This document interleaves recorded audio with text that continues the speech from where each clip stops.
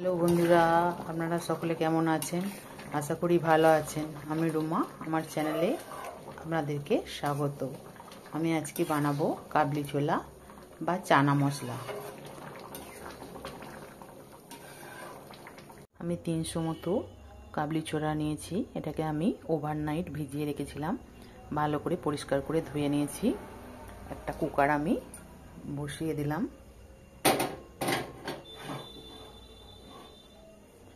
উপরে আমি এগুলোকে এবার সিদ্ধ করে নেব, কাবলি ছোলাগুলোকে সিদ্ধ করে নেব।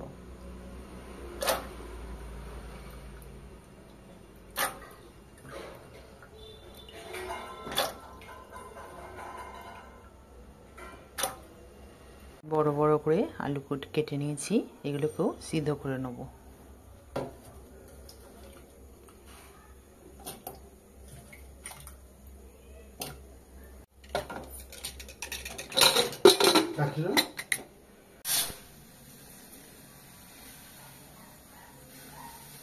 কড়াটা আমি বসিয়ে দিয়েছি। এবার এতে আমি সর্ষের তেল দিয়ে দেব।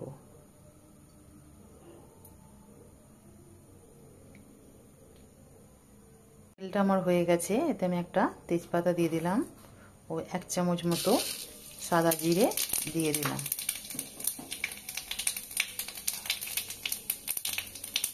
এক চামচ আদা বাটা দিলাম।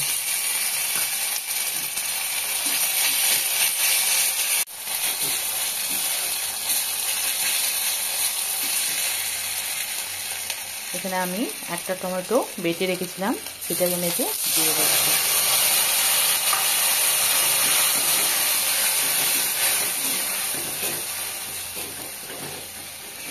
এক চামচ হলুদ, 1 চামচ লঙ্কা, 1 চামচ কাশ্মীরি লঙ্কা, 1 চামচ ধনে গুঁড়ো, 1 চামচ জিরে গুঁড়ো এবং পরিমাণ মতো নুন নিয়েছি।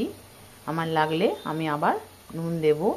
এগুলোকে আমি সব একসঙ্গে এতে ঢেলে দিলাম, দিয়ে ভালো করে কষিয়ে নেব।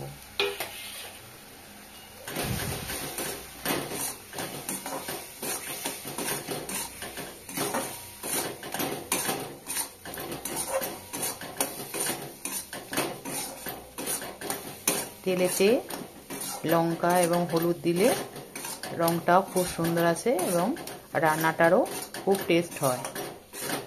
আমি ভালো করে এটা কষিয়ে নিচ্ছি। মশলাটা আমার কষানো হয়ে গেছে, তেলও ছেড়ে দিয়েছে।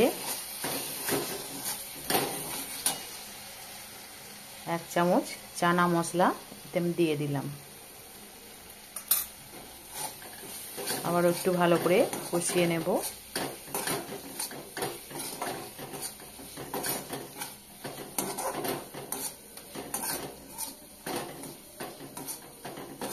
সামান্য জল দিয়ে দিলাম।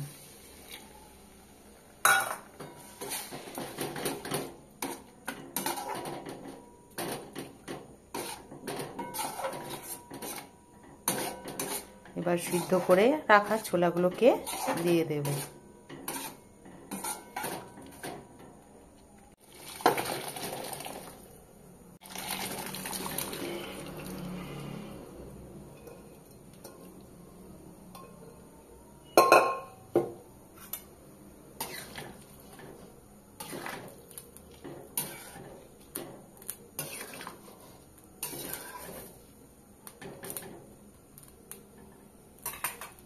চামচ চিনি দিয়ে দিলাম।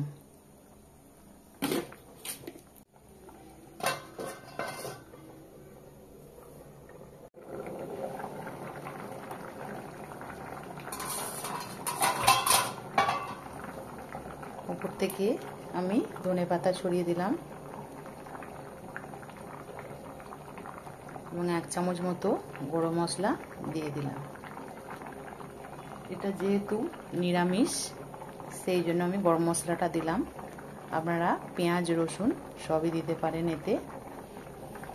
রান্নাটা যদি আপনাদের ভালো লাগে তাহলে লাইক করবেন, কমেন্ট করবেন। কে কোথা থেকে দেখছেন সেটা যদি আমাকে জানান তাহলে আমি আপনাদেরকে ধন্যবাদ জানাতে পারবো। যারা প্রথম থেকে সাবস্ক্রাইব করেছেন তাদেরকে অসংখ্য ধন্যবাদ। যারা এখনও সাবস্ক্রাইব করেননি তারা অবশ্যই সাবস্ক্রাইব করে দেবেন। রান্নাটা আমার কমপ্লিট হয়ে গেছে। আমি একটু কাই মতনই নামাবো, কারণ যে আলুগুলো আমি দিয়েছিলাম সেই আলুগুলো সমস্ত গলে গেছে, একটা আলুও নেই। দেখুন আমি যে আলুগুলো দিয়েছিলাম সমস্ত আলু গলে গেছে, একটা আলু নেই। এটা আমার কমপ্লিট হয়ে গেছে, এবার আমি নামিয়ে দেব। ভালো থাকবেন, সুস্থ থাকবেন, আবার দেখা হবে নেক্সট ভিডিওতে।